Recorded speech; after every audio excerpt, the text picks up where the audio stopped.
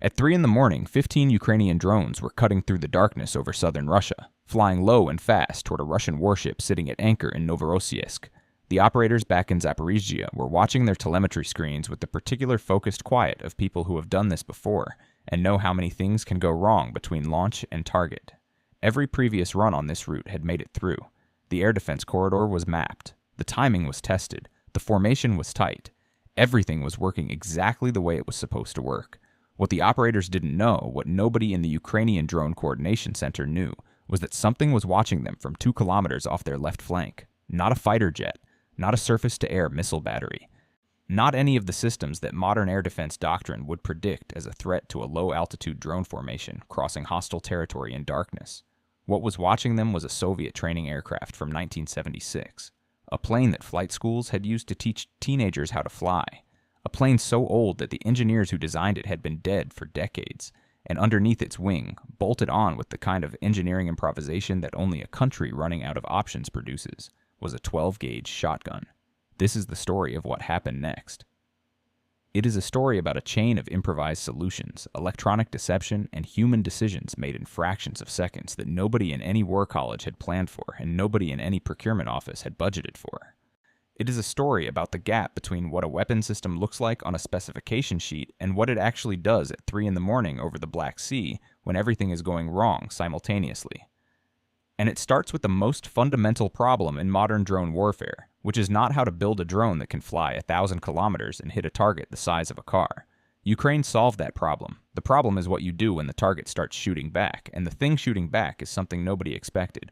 The FP-1 is Ukraine's domestically produced long-range strike drone, and it is in many ways a remarkable piece of engineering precisely because of how unremarkable it looks. Plywood and composite airframe, 2.5-meter wingspan. A 2-cylinder engine of the kind you might find in a reasonably ambitious lawnmower, pushing the drone to 180 kilometers per hour. A 1,000-kilometer range, roughly the distance from New York to Chicago, achieved not through exotic propulsion technology, but through the simple mathematics of carrying enough fuel in a light enough airframe for long enough. A 50-kilogram warhead in the nose. And a unit cost low enough that losing one is an acceptable outcome built into the operational planning from the beginning, cheap enough to lose by the dozen, effective enough that Russia had to fundamentally redesign its entire air defense doctrine to deal with the problem of hundreds of them flying in every direction at unpredictable times. The conventional response to a drone formation is a fighter jet. The problem with a fighter jet against something flying at 180 kilometers per hour is a physics problem that has no elegant solution. A modern fighter aircraft like the Su-30SM has a minimum controllable airspeed that is substantially higher than 180 kilometers per hour. You cannot slow a supersonic fighter down to bicycle pace without falling out of the sky. So the fighter screams past the drone formation at 250 kilometers per hour minimum, gets perhaps 3 seconds of engagement time, has to circle back for another pass, gets 3 more seconds, and spends enormous quantities of fuel doing something that a patient man with a different kind of aircraft could do much more efficiently. Chasing a bicycle with a Ferrari sounds like it should work until you realize you cannot slow down enough to ride next to it. The Yak-52 is the other bicycle. It is a Soviet 2-seat trainer aircraft that entered production in 1979 and was built in substantial numbers because the Soviet Union needed a reliable, rugged, forgiving aircraft to teach young men how to fly before putting them in things that were expensive enough to matter. It is not fast. It is not stealthy. It has no weapon systems in any conventional sense. No radar, no missiles, nothing that the word combat aircraft would normally imply. What it has is a cruise speed that can be reduced to match that of a drone formation, a radial engine that is almost absurdly reliable, and enough structural integrity to carry modifications that have no business being on a training aircraft. Specifically under the right wing, a Saiga-12 semi-automatic 12-gauge shotgun with a 10-round magazine. And under the left wing, a PGRAM-S 400 thermal imaging turret of the kind used on border patrol and law enforcement surveillance aircraft, capable of detecting heat sources in complete darkness from 3 to 5 kilometers away. The FP-1's 2-cylinder engine produces somewhere between 5 and 10 kilowatts of thermal energy, which against the cold air of a night sky at low altitude is as visible to an infrared sensor as a row of lit matches in a dark parking lot. The computer takes that thermal picture, puts a targeting reticle on the pilot's display, and wires it directly to the trigger on the control stick. One squeeze, and whatever the reticle is sitting on receives 9 pellets of double buckshot, spreading into a pattern roughly 2 meters wide at 50 meters range. The drone's wingspan is 2.5 meters. The geometry works. The Yak's pilot had been paralleling the formation for 12 minutes, sitting 2 kilometers off their left flank, watching 15 bright dots move across his thermal display in the orderly spacing of a coordinated strike package. He was waiting for the geometry to close, for his position relative to the formation to reach the angle where he could slide into their wake without being noticed. At 03:05, he throttled back to 140 kilometers per hour and moved in behind the trailing drone with the patience of a man who understands that patience is the entire tactical advantage he possesses.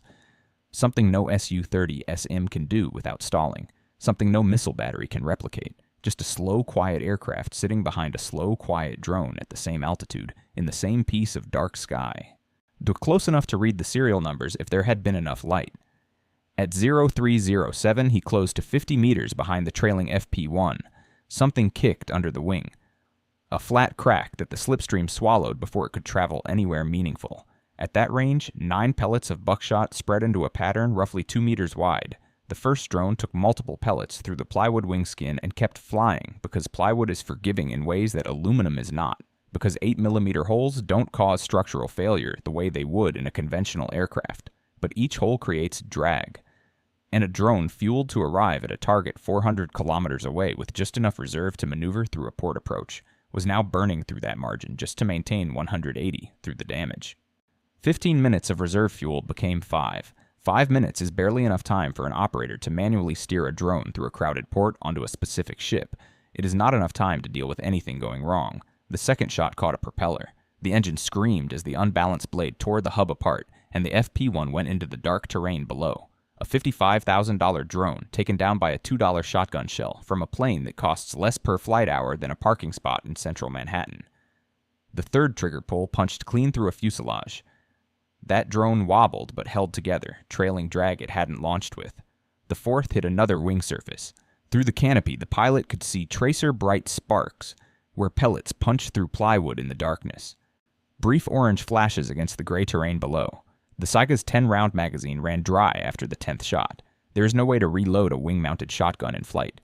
The reload procedure is landing the airplane, which is a tactical limitation that sounds absurd until you consider that the Yak had just removed 3 drones from the formation and damaged at least 2 more in a single pass, at a total ammunition cost of roughly $20, using a weapon system that the entire Russian military procurement apparatus had not produced and had not planned for and had not budgeted for, because the people running that apparatus were not the kind of people who think about bolting shotguns to training aircraft.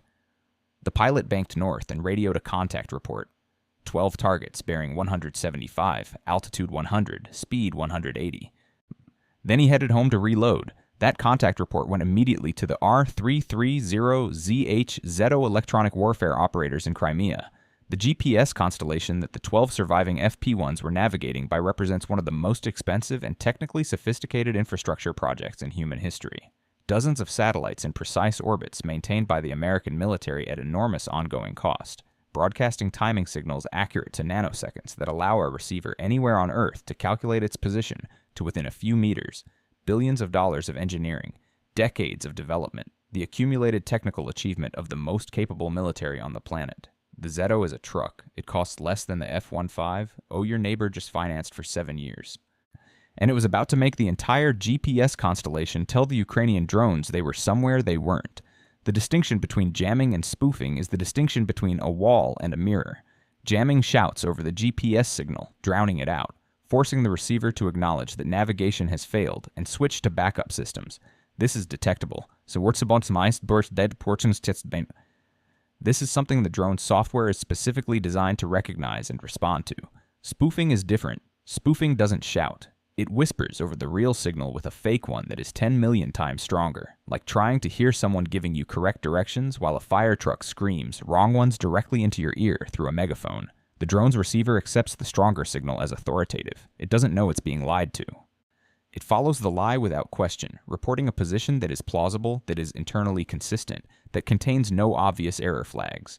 The drone thinks it knows where it is. It is wrong, and it has no way of knowing it is wrong. The Zeto walks the drone's believed position at 0.01 degrees per second, slow enough that Firepoint, Ukraine's drone strike coordination software, doesn't immediately flag the discrepancy between GPS velocity and the inertial measurement unit that serves as a backup check. The algorithm has a 10-second window to confirm spoofing before the operator can manually dump GPS and switch to inertial navigation. 10 seconds. At 180 kilometers per hour, the formation was covering 50 meters every second. 10 seconds of false navigation is 500 meters of drift that the operators couldn't see until it had already happened, until the drone was already heading somewhere it wasn't supposed to be heading, in a direction that looked correct on every instrument except the one that mattered. Over land, the FP1's optical camera provides a check against this. The drone's anti-spoofing system matches what the camera sees against preloaded terrain imagery, roads, buildings, coastline, and flags discrepancies. Over the Black Sea at night, the camera shows black ocean in every direction for 100 kilometers. There's nothing to match against. No terrain feature, no coastline, no reference point. Between visual waypoints like oil platforms, the drone flies on raw GPS, and out here over the open water, the Zeto owned that signal completely. Walking the formation quietly off course in a direction that looked like normal navigation and was in fact the longest, most patient lie any electronic warfare system had told that night. 3 drones didn't catch the drift in time. 2 hit the water when spoofed altitude data conflicted with the flight controller, when 2 systems that should have agreed gave contradictory inputs, and the drone resolved the conflict by flying straight into the surface of the Black Sea. A third was pushed so far east toward Crimea that it burned through its fuel reserve over open water and went in with nothing left in the tank. 3 drones erased by electricity and a lie. Roughly $165,000 of hardware destroyed without a single round being fired, without a single missile being launched, almost without any kinetic engagement of any kind. Just a truck on a hillside in Crimea broadcasting a signal and the ocean below accepting the consequences. Firepoint's algorithm caught the spoofing on the surviving 9 drones and dumped the corrupted GPS. Those drones were now on inertial navigation alone. Inertial navigation works by tracking acceleration from a known starting point, integrating every movement over time to calculate current position. It is accurate. It is also subject to drift, approximately 10 meters per minute with nothing external to check it against. Over a 90-minute Black Sea transit, that drift accumulates to nearly a kilometer of positional uncertainty, enough to find a city. Not enough to find a ship inside a port. The operators were going to have to fly these drones in manually, steering each one through a live video feed from the nose camera relayed via satellite link with a half-second delay. Half a second doesn't sound like much until you do the arithmetic. The drone covers 25 meters in half a second, flying manually through a port packed with oil infrastructure, threading between tankers and storage tanks and loading cranes. With a half-second delay between what you see and what you can do about it is like trying to parallel park while watching a security camera feed from inside your house. Possible, technically, requiring a specific kind of focused, practiced calm that not everyone has access to at 3 in the morning after 90 minutes of watching telemetry drift. The 9 surviving drones on inertial navigation were converging on the same visual waypoints as they approached the coast, and funneling from a dispersed formation into a narrow corridor where all of them were using the same landmarks to correct their accumulated drift. That corridor was exactly where the next layer of the defense was waiting. Not a missile, not a gun, another drone. The lead FP1 disintegrated between one video frame and the next. One frame showed open water, the coastline visible as a dark line on the horizon. The next frame showed nothing, no image, no telemetry, no contact. Something had hit it from behind, and the operator never saw what was coming. There was no radar lock warning, no missile launch detection, no electromagnetic emission of any kind that the drone systems could report. What took it out was a Russian interceptor drone built for exactly one purpose. To fly into a Ukrainian drone formation and destroy both itself and its target. Thermal lock onto engine heat, top speed 270 kilometers per hour. Some variants carrying fragmentation warheads, others relying on kinetic impact at roughly 90 kilometers per hour of closing speed. 15 kilograms of mass arriving at that speed gives the FP1 approximately 6 seconds between the moment the interceptor achieves lock and the moment of impact. 6 seconds is not very much time when you are flying manually through a half-second delay, and you don't know the interceptor is there until you see it on your camera. Russia had deployed these in echelon formations along the Black Sea approach corridor, filling the gap left by all the air defense systems that Ukrainian strikes had removed from the inventory over the preceding year. This is what Russian air defense looks like when the integrated missile network has been systematically dismantled by the thing it was designed to stop. A billion-dollar layered defense architecture replaced by kamikaze lawnmowers with thermal sensors and enough structural mass to destroy what they find. The Podlet K-1 low-altitude radar on the Crimean coast, Russia's dedicated system for detecting wave-top threats that conventional air defense radars miss because they're looking at the ceiling while the threat comes through the floor, feeds initial bearing and range to the interceptor launch controller. The drone's onboard thermal camera takes over for the terminal phase. Locking onto the heat signature of the FP1's engine with the persistence of a tracking dog that picks up the scent at 500 meters and doesn't need a handler for the final stretch. The FP1 carries no countermeasures, no chaff, no flares, no electronic jamming capability, no evasive maneuver programmed into its flight controller for cruise phase. If the interceptor's thermal lock holds for 6 seconds, the FP1 stops existing. The Ukrainian operators watching their video feeds had one option, and they found it by accident or instinct, or the particular clarity that extreme time pressure produces in people who have been doing this long enough. Drop to 3 meters above the water. At that altitude, the sea surface reflects infrared energy in a thermal clutter pattern that the interceptor's AI cannot reliably distinguish from an engine signature. The targeting algorithm loses confidence, the lock breaks, and the interceptor flies into the water behind a drone it can no longer find. A $100,000 Russian interceptor drone defeated by a free altitude change and the ocean's body heat. The trade-off was immediate and brutal. At 3 meters above the Black Sea at night, the nose camera shows black water and spray in every direction. No coastline visible. No reference point. No way to navigate or confirm position. The drone is safe from interceptors and completely blind. The operators could not steer at that altitude because there was nothing to steer toward. They had to choose in real time for each individual drone. Between survival and navigation, between flying low enough to break the thermal lock and climbing high enough to see where they were going. Some stayed low and flew on inertial drift until the coastline appeared close enough to see. Others climbed, found their reference points, corrected their course, and immediately became visible to the interceptors again. The second interceptor missed its target when the P1 dropped at the last moment, the thermal picture dissolving into sea clutter 40 meters behind the drone.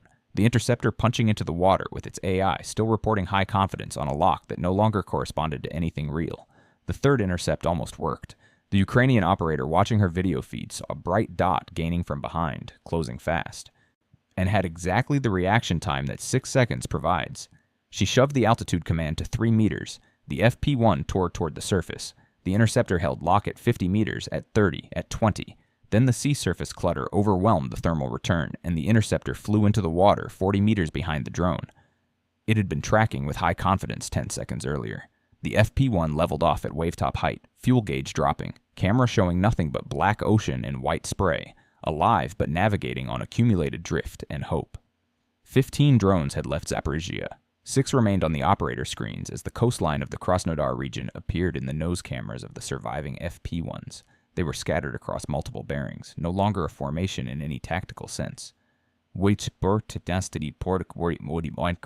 The individual drones converging on the same port from different vectors and different altitudes with different amounts of fuel remaining and different degrees of damage from the Yak's shotgun hours earlier. The shotgun damage was showing now in the fuel gauges. The drones that had taken pellets through their wing skin were burning through reserves faster than their mission planning had accounted for, arriving at the most demanding phase of the operation with the least margin for error. Novorossiysk is Russia's most important Black Sea port. The Shashkary's terminal alone handles roughly 75 million tons of oil annually, approximately $60 million a day in export revenue flowing through the loading berths and storage tanks and pipeline manifolds packed into the port complex. And sitting among all of it, at a naval berth inside the commercial port, was the Admiral Essen, a Grigorovich-class frigate of 4,000 tons, built to carry Kaliber cruise missiles that it had been launching into Ukrainian cities for over a year, equipped with surface-to-air missiles, a close-in weapon system, and sensors capable of tracking every contact within 150 kilometers. On paper, one of the most capable surface combatants in the Black Sea Fleet. What it was about to demonstrate was the precise distance between capability on paper and capability in practice, when the systems those specifications assume to be functioning have been systematically removed by the enemy you're fighting. The Tor M2 battery on shore had the cleanest picture in the engagement. Phased array radar holding all 6 remaining contacts. A firing solution cycling on the display, 16 missiles ready. The plywood airframes were giving the radar just enough return for a reliable lock at engagement range. The operator's fingers were on the commit button. He requested clearance from Shore Command. The response took 4 seconds. Permission denied. The projected blast radius of the incoming warheads at the range where intercept would occur overlapped with 3 fuel storage tanks and a pipeline manifold feeding the loading berths. A missed intercept inside that port didn't produce a splash in the harbor. it produced a fireball that could burn for a week and would do more damage to Russian oil export infrastructure than the drones were likely to achieve on their own. The most capable short-range air defense system in the Russian inventory, a clean radar picture. With 6 targets it could have engaged with textbook reliability, and the answer from Shore Command was no. The Tor M2 watched 6 Ukrainian drones fly past its engagement envelope and did nothing because the thing it was protecting was too close to the thing that would burn if it missed. The Admiral Essen's vertical launch cells opened. 24 hatches blew back, and the 9 EM-317 missiles erupted from their cells into the dark sky above the port, accelerating toward the incoming contacts on firing solutions that the ship's Combat Information Center had been calculating since the drones crossed the coast. Everything by the book. Everything the system was built for. The exhaust trails slashed across the nose cameras of the surviving FP-1s, bright lines in the dark sky, but close enough that the operators watching their video feeds could see the missiles passing. The warheads arrived at precisely the coordinates where the firing solution had placed the intercept points. The drones were not at those coordinates. Each one had been steered by a human operator in the half-second between the missile's predicted intercept time and actual arrival, shifted 50 meters from the calculated position by the accumulated small decisions of 6 people flying manually through satellite delay at 180 kilometers per hour. The crew of the Admiral Essen went completely still for 3 seconds. The system had performed flawlessly. The missiles had flown to exactly the right points in space. The targets had simply not been there when the warheads arrived. The reason was visible on the ship's superstructure and melted housings that had been sitting there for a month. A previous Ukrainian drone strike on this exact frigate at this exact berth had not sunk the Admiral Essen. It had done something in some ways more consequential. It had melted the MR-90 Orion illumination radars, the dome-shaped antennas responsible for painting targets with the guidance beam that the 9 M317M missiles ride to their intercept points. Semi-active radar homing works by having the launching platform maintain a radar beam on the target throughout the missile's flight, with the missile riding that beam to the intercept point and correcting its course in real time as the target maneuvers. It is accurate and reliable when the illumination radar is functioning. When the illumination radar has been melted by a previous strike, the missile flies to where the target was when guidance was last available, not where the target is when the warhead arrives. 1 second of guidance lag at 5 kilometers against a target moving at 180 kilometers per hour means 50 meters of missed distance. Without the MR-90 correcting that gap in real time, the 50 meters is permanent. The previous strike had turned off the pointer. Without the pointer, the missiles chased the last known position of a target that had moved on by the time they arrived. The Kashtan close-in weapon system operator was working from the optical backup site, a narrow-field camera designed for terminal close-range engagement rather than wide-area search.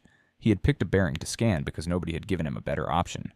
The bridge was calling out visual sightings over the intercom, bearing estimates from people watching through binoculars in the dark. But by the time a bearing reached the Kashtan operator and he slewed his turret to match, the drone had already changed course. The ship's 3 weapon systems, the vertical launch cells, the Kashtan, and the gun mount forward, were each responding to different information arriving through different channels with different delays. 3 weapons on the same hull, each shooting at a different part of the problem, none of them receiving the integrated targeting picture that the ship's original design assumed would always be available. 3 people in the same kitchen trying to make dinner without telling each other what they were cooking, to somehow putting different ingredients in the same pan at different temperatures. The drones that got through came from the bearings nobody was covering when the weapons finished their previous engagements and began scanning for the next target. The operator on one FP-1 watched the frigate's bow fill the camera frame, the A190 gun mount, the anchor deck, the forward superstructure growing in the video feed until the screen went white, 50 kilograms hitting the hull. The strike didn't crack the hardened vertical launch cell housing. 50 kilograms wasn't enough for that. But the access infrastructure surrounding the cells, the power routing, the deck equipment, the systems that feed targeting data to the Caliber cruise missiles sitting in their launch tubes waiting for coordinates, were damaged in ways that satellite imagery would confirm the following morning.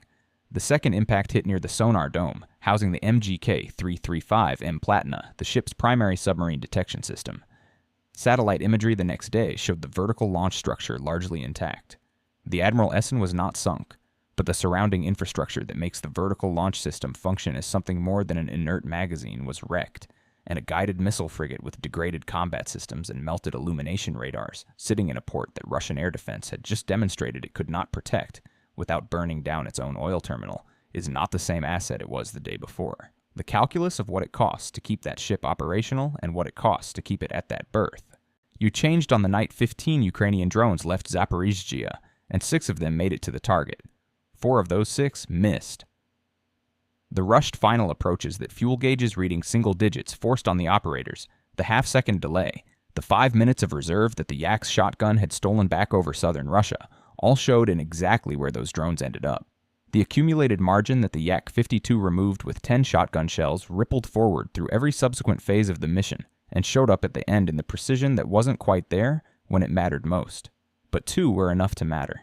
2 impacts on a warship that was already half-blind, already degraded by the previous month's strike.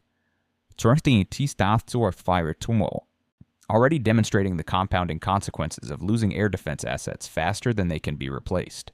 The Admiral Essen would require time in a shipyard. Its Kaliber launch capability was compromised, its sonar was damaged, and the port it was sitting in had just demonstrated that its air defense layering had gaps large enough for 6 manually flown plywood drones to pass through even after losing 9 of their number, to a shotgun, a GPS spoofer, and kamikaze interceptors. What the engagement demonstrated was not that Ukrainian drones are unstoppable. 9 of 15 didn't make it. What it demonstrated was something more unsettling for anyone trying to build a coherent air defense doctrine against this kind of threat. There is no single solution to the problem of cheap, numerous, low observable strike drones flown manually by human operators making real-time decisions. The Yak-52 solution was effective and cheap and limited, 10 shots per sortie and then land to reload. The GPS spoofing was effective against drones relying on satellite navigation and ineffective against operators willing to fly manually through a camera feed. The interceptor drones were effective until the targets descended to 3 meters above the water. The surface-to-air missiles were effective until the illumination radars were melted. The shore battery was effective until it was inside a port full of things that would burn if it missed. Each layer worked against a specific version of the threat and was defeated by the version of the threat that adapted to it. The Yak-52 solved the formation problem. The operators solved the Yak-52 problem by flying low enough that the remaining drones were harder to engage. The spoofing solved the GPS navigation problem. The operators solved the spoofing problem by switching to manual. The interceptor drones solved the formation approach problem. The operators solved the interceptor problem by flying at 3 meters, and at 3 meters in the dark over the Black Sea, with compromised GPS and damaged airframes and fuel gauges reading 4%. 6 of them still found the port, still found the ship, and 2 of them still hit it. That is the story that the night of this engagement tells, not the story of a decisive strike that changed the war in an afternoon. The story of a competition between improvisation and adaptation.